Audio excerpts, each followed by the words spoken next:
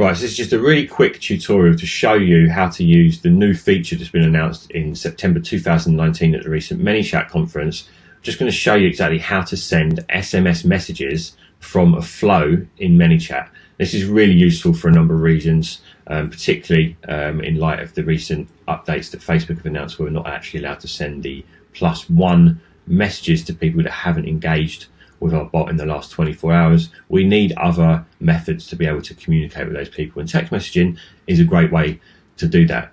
So I'm just going to show you today exactly how you can set a basic text message send sequence up in ManyChat. I want to be clear, this is not yet available as of September 2019, certainly available anywhere but the US. So if you're outside the US, you're going to be out of luck in terms of this working. However, I'm outside the US at the moment, and I am actually able to set up this flow.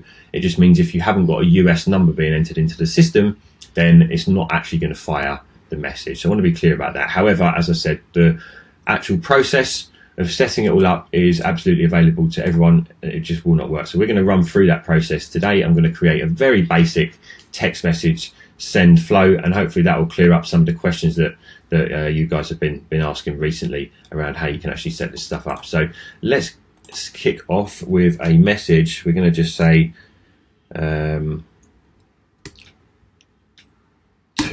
receive. I can't spell receive for the second time in 2 days, a bit worrying. Updates on our services, please.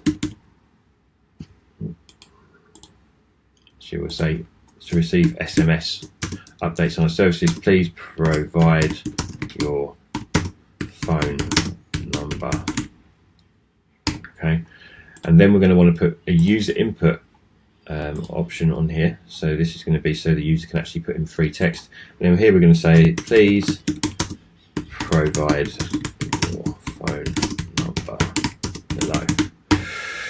The free keyboard input, of course, we're going to want the reply type as a phone. We're going to avoid the skip button there, just so that we can guarantee we collect the phone number. And then the important thing we need to do is a new section here.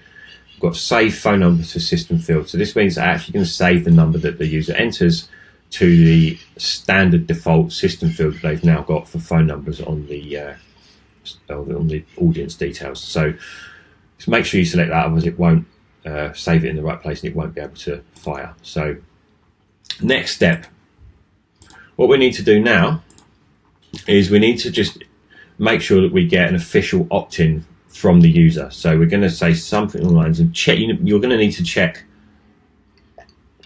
the different laws and how you need to request opt-ins depending on what part of the world you're in and all that stuff. So this is just an example.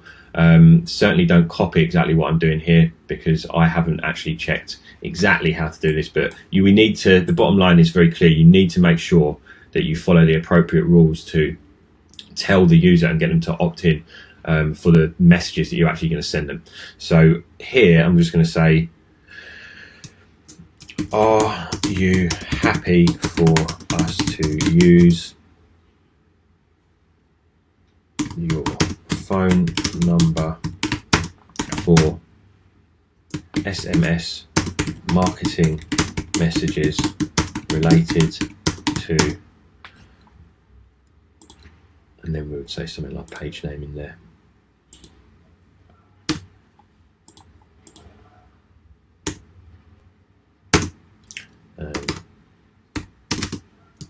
Please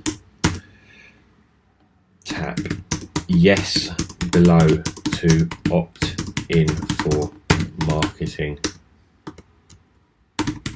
SMS.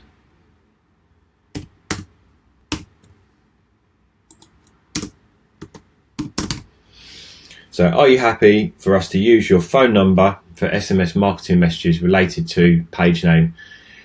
Please tap yes below to opt in for marketing SMS.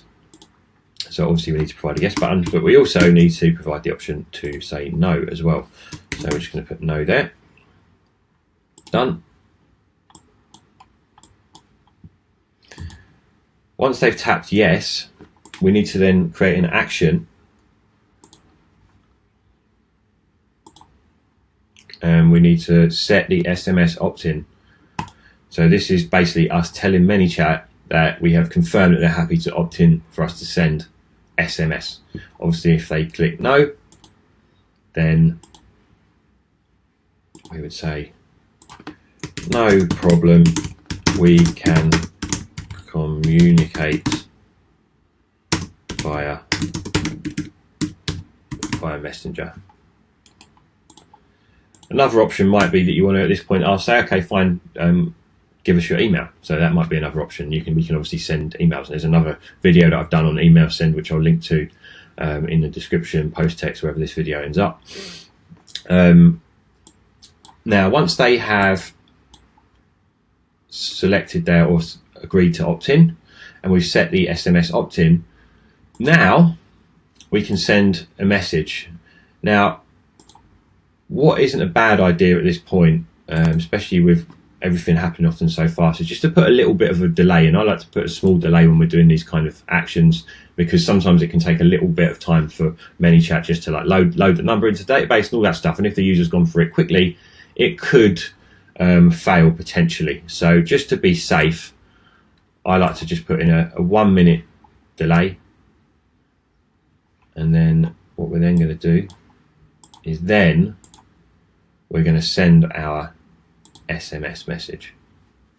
So all you have to do there, as you saw, is just select send SMS in the drop down when you add the next step, and we can just type in, our SMS message here. Obviously, it can only be text, but you can include things like links and stuff like that. One of the great things to do here is you can use this to get people back in to the bot, to the chat bot on Messenger, through text messages by providing a growth tool URL on there. Of course, that will bring people back in, and that will also activate their last interaction with the bot, which then means you can, of course, send them promotional messages based on Facebook's new rules. So what we want to do here is just say, hi, check out our sale on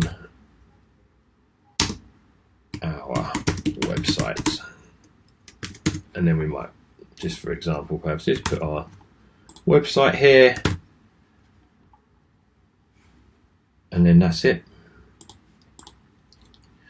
So that's a very basic flow. So we go through, we ask the user their email, their phone number.